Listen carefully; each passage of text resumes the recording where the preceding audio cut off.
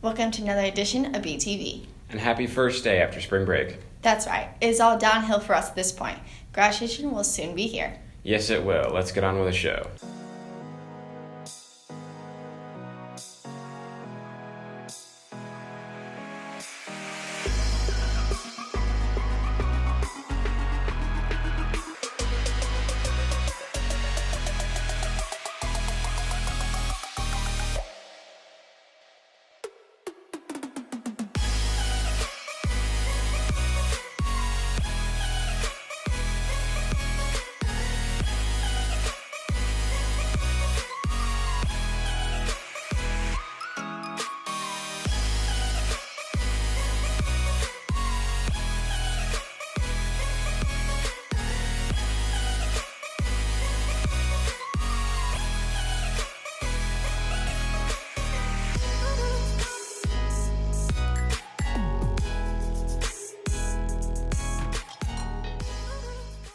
With graduation right around the corner, preparations have already begun.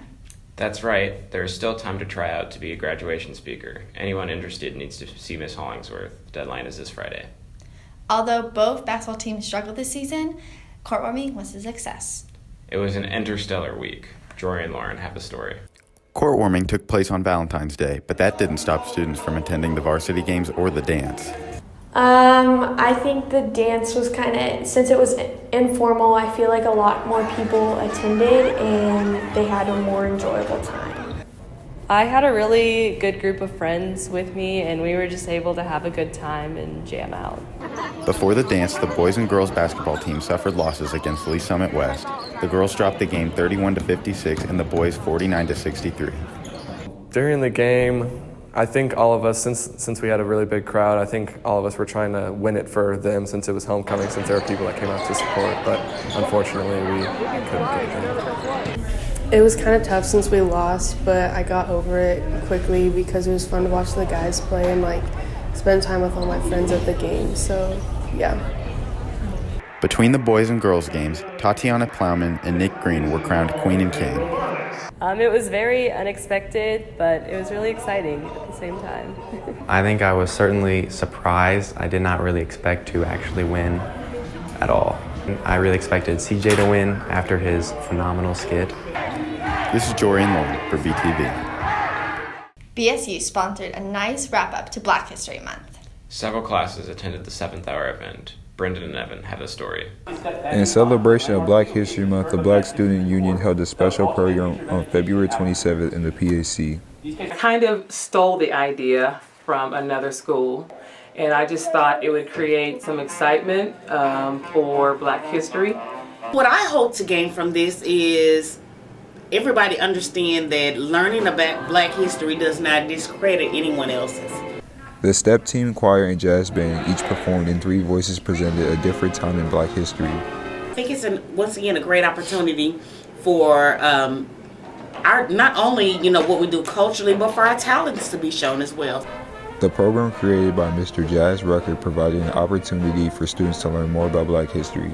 I don't think Black history is just for Black people, because Black people have done so many things on such a larger scale, and we only hear many times only about slavery, and we are way more than slavery. We aren't all the same, and it's my opinion that we should celebrate all of our differences.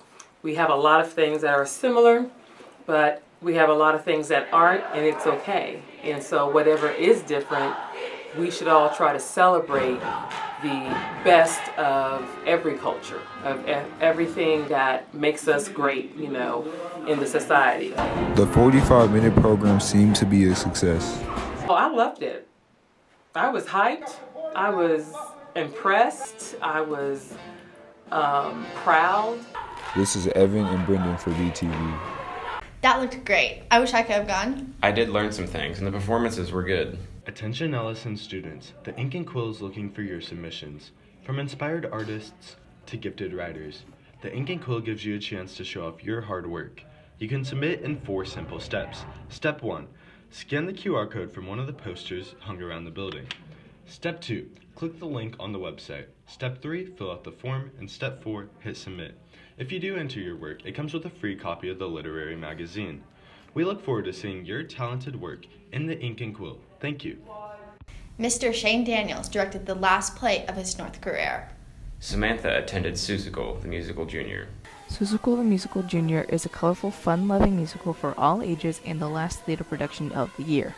Anytime you can get a little kid to stay focused and pay attention for an entire production, you kind of know that you've been successful.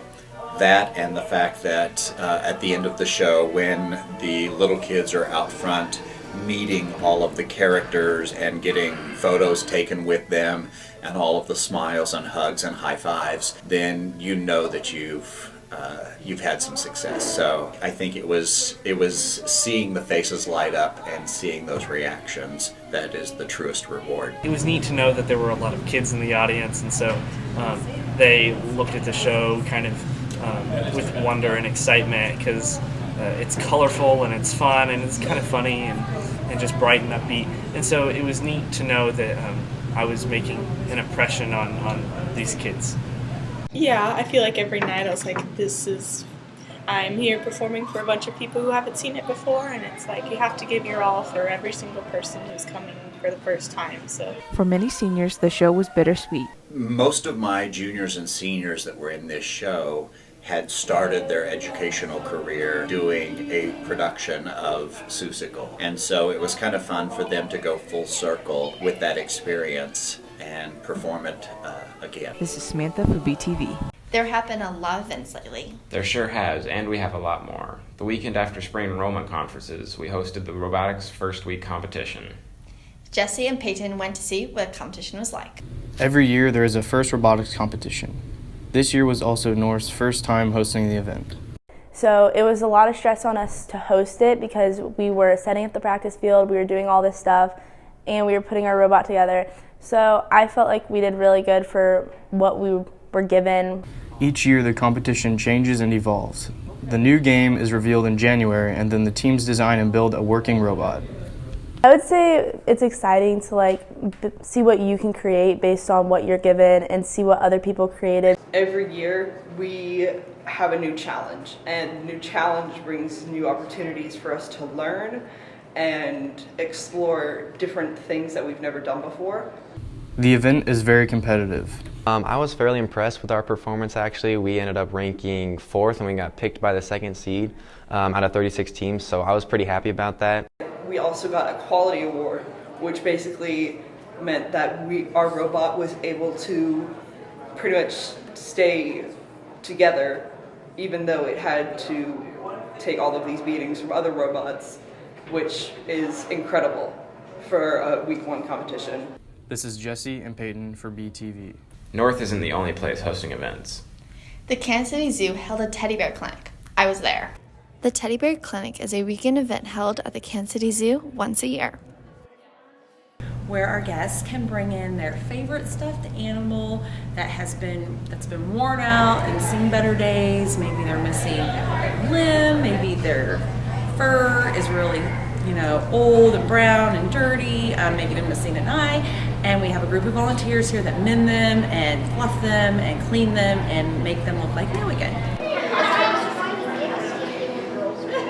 This event works where parents bring their stuffed animals, their children's brought the stuffed animals, and they drop it off, and then they leave, and then they fix it, and then they come back and get it. A group of volunteers help out every year. It was created, I think we've been doing it about 15 years, and it was created with a group of volunteers, the Kansas City Young Matrons. They wanted to do something to help the zoo and give back to the community, so they're actually the group of volunteers that come in and run the whole clinic. We usually have about 20 women that are sewing and fluffing and cleaning all the animals. This is Nicole for BTV. In 2 weeks, Lee Summit patrons will be voting on a school bond issue. If it passes, there will be some big changes to future 6th graders. Jenna and I talked to some individuals about the changes. A planned change in the district will affect current 3rd graders. A proposed bond is planning to move 6th grade students into middle schools. So obviously, there are a lot of considerations when adding a different grade level to a school setting that you have to consider. Mostly it's the same types of things that we think of when we transition 7th graders. transitioning from elementary, helping them with flow of traffic, making sure that they know where they're going. As far as sixth graders to middle school, then your fifth graders will be the top dogs now rather than the sixth graders, and that'll just allow for 6 actual grades, kindergarten through fifth grade in each of those schools. The main question most people have about the transition is, will sixth graders be ready to move up into middle school? I know that some of the parents are a little concerned of all the groups that we surveyed and all of the input that we received. The most negative input came from the parents who were worried about sending their sixth graders to middle school with those seventh and eighth graders. The change will only happen if the new bond passes. The bond issue that's on the ballot in April is called the no tax bond issue because it doesn't raise anyone's taxes. That's the first thing that people want to know is, will it raise our taxes? And no, it will not. Okay. The bond issue is for a large amount. It's $224 million. Okay, which falls within what we call our bonding capacity, which makes everything okay. It doesn't mean that we're going to have to pay any more or any less than we normally pay on our payments for those. It covers a lot of territory. It has some really important projects in it. The bond is $224 million. Included in the cost, $97 million will facilitate sixth grade moving into middle school, $72 million on construction, $25 million to update all 3 middle schools, $80 million on renovations to Lee Summit High School, $16 million on renovations to Mason Elementary, $9 million for early education at Prairie View Elementary, and $3 million district-wide safety updates. The first class to be affected would be the class of 2029, the current third graders. There's absolutely no negative side to passing the bond issue because we, in my opinion, we obviously really need it. Okay, we need that 4th middle school. We need more room in our elementary schools. And I see this as a win-win because if we pass this and we get all of these projects completed, which we will if it passes, we've already have architects working on plans to get started. The vote for the bonds will be on the April 7th ballot. This is Hunter and Jenna for BTV. Hey, Robert Jack Safford here. Hey, it's LSN's 25th anniversary. That's like 25 years in the making of one yearbook. That's coming right on up. But 25 years, wow, that's like 5 5-year-olds all stacked together. Yearbooks are $70.75 after spring break. It's $40. That's half off. Order forms are available outside of Mrs. Brown's room or on yearbookforever.com.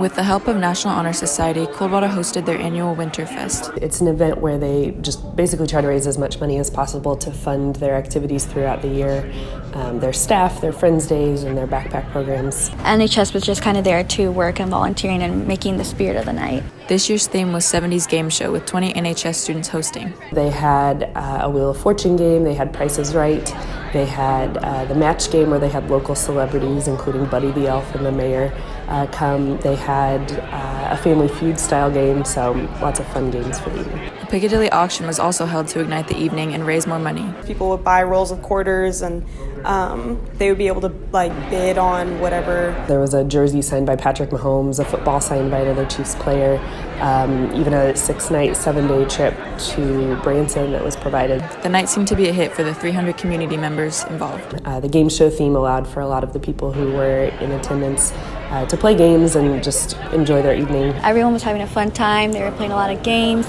eating really good food. The event brought more than just fun for the community with hopes of building a culture of volunteering.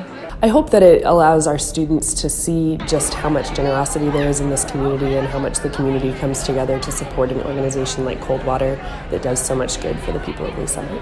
Winterfest made roughly $10,000 to $20,000, which will be distributed into Coldwater's charity events throughout the year. This is Anna for BTV. Spring enrollment conference brought about some questions about some of our classes. Air Force ROTC is one of those classes. Aiden and Kyle checked it out. Many students have heard of ROTC, but few actually know what the class is about. I feel like people think that when you join ROTC that you're signing a military contract. I mean, I wear a uniform once a week and show up to ROTC like the class, and participate in all the extracurriculars, but outside of that, I'm still a normal student. There's a myth that Air Force Junior ROTC is a recruiting tool for the military. In high school, Junior ROTC has really only one purpose, and that's to develop citizens of character, dedicated to serving their nation and the community. In other words, we try to make people better people. ROTC offers more than most regular classrooms.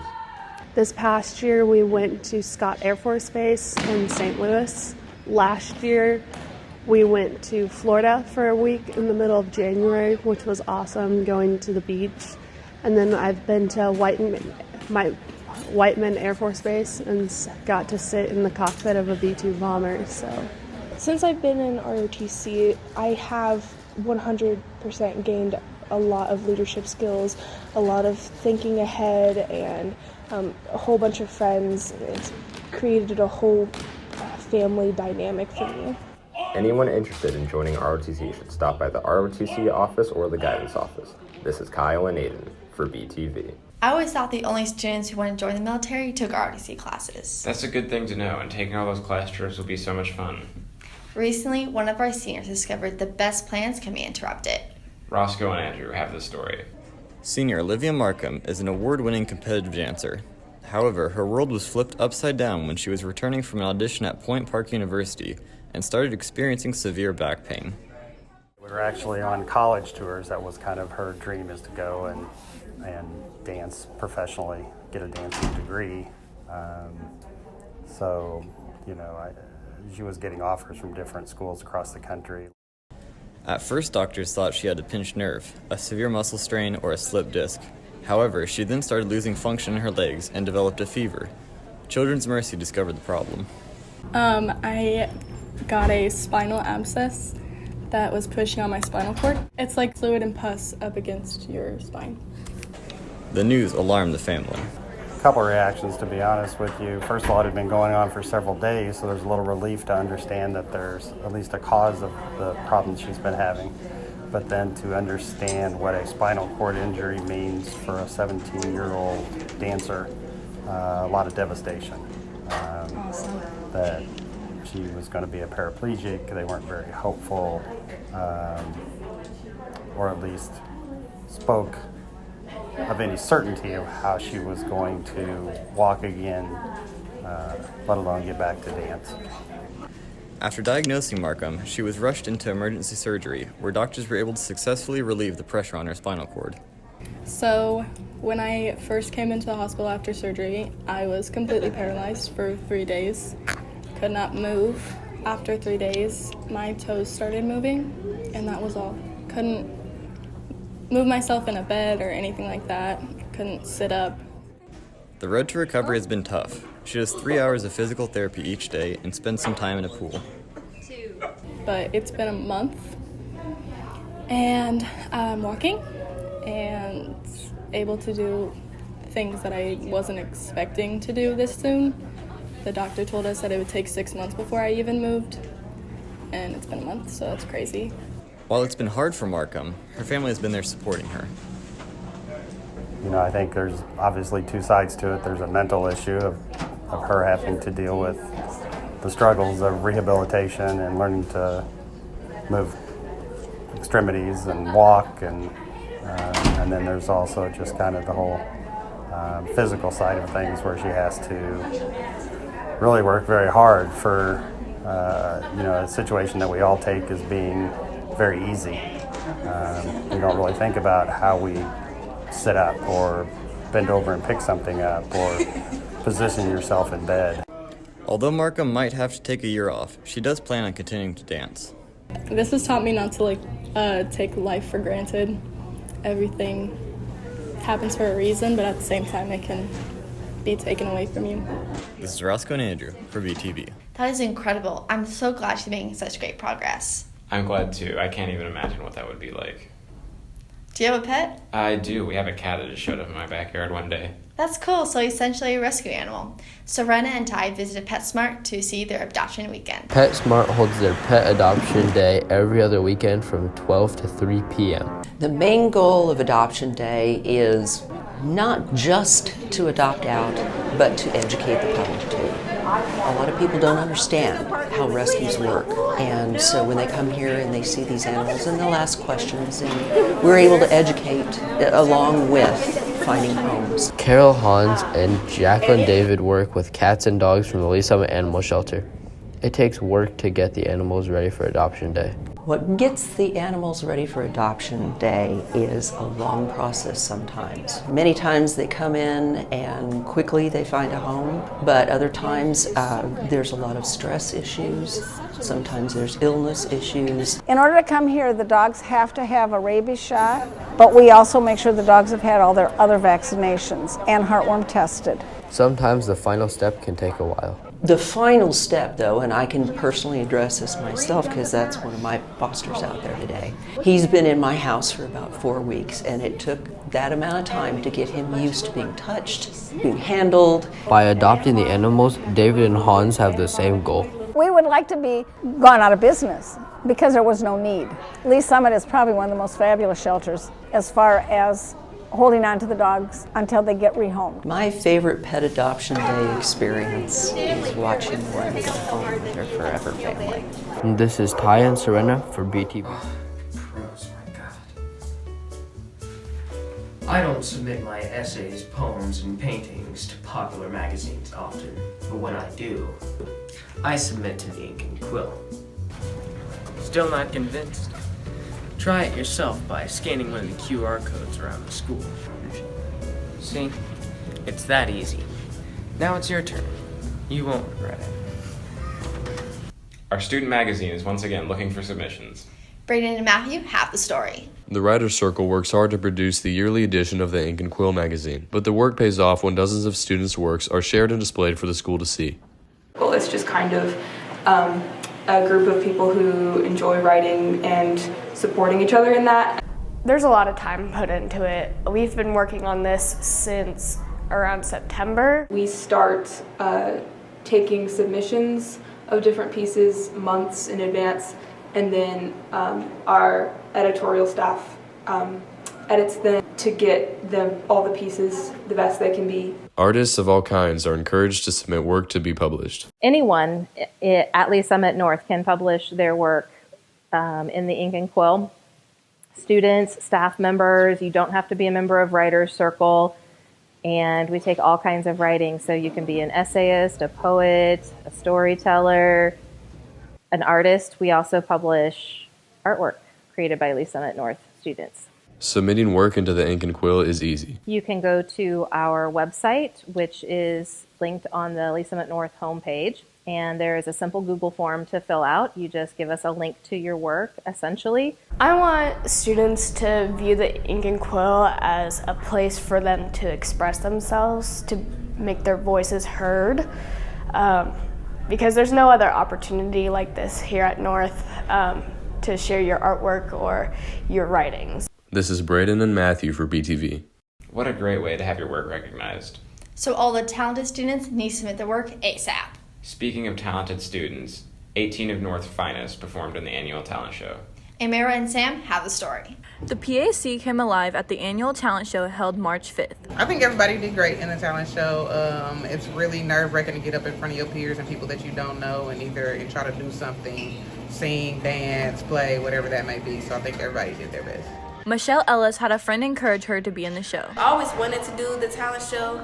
You know, I was interested in it because I like to perform. But Mary Shay had a dance for us already, so we're just like, okay, let's hurry up and do it. If we're not going to do it now, it's our last year, might as well do it. So I was nervous that I was going to mess up, and people who I liked were there and stuff. But when I got on stage, it just like went away. I wanted to be in the talent show because I've done the talent shows every year since 2nd grade, and I didn't want to stop now. At the end of the night, Samantha Garcia and Addie Collins walked away with the first place plaque. I think we deserve the place we got in the talent show. We didn't know we were going to place at all. We didn't go inside the talent show with that mentality. We were kind of just like, we're just doing this to have fun. So it was good to know that we had a better outcome than we thought. Garcia and Collins won by singing, and Sayla Wheeler took third with her song performance. The second place plaque went to a dance performance by Jada Powell, Michelle Ellis, and Marisha Henderson. This is Sam and Amir for BTV. We do have so many talented students. That's it for this show. I'm Hunter. And I'm Nicole for BTV. See you next time.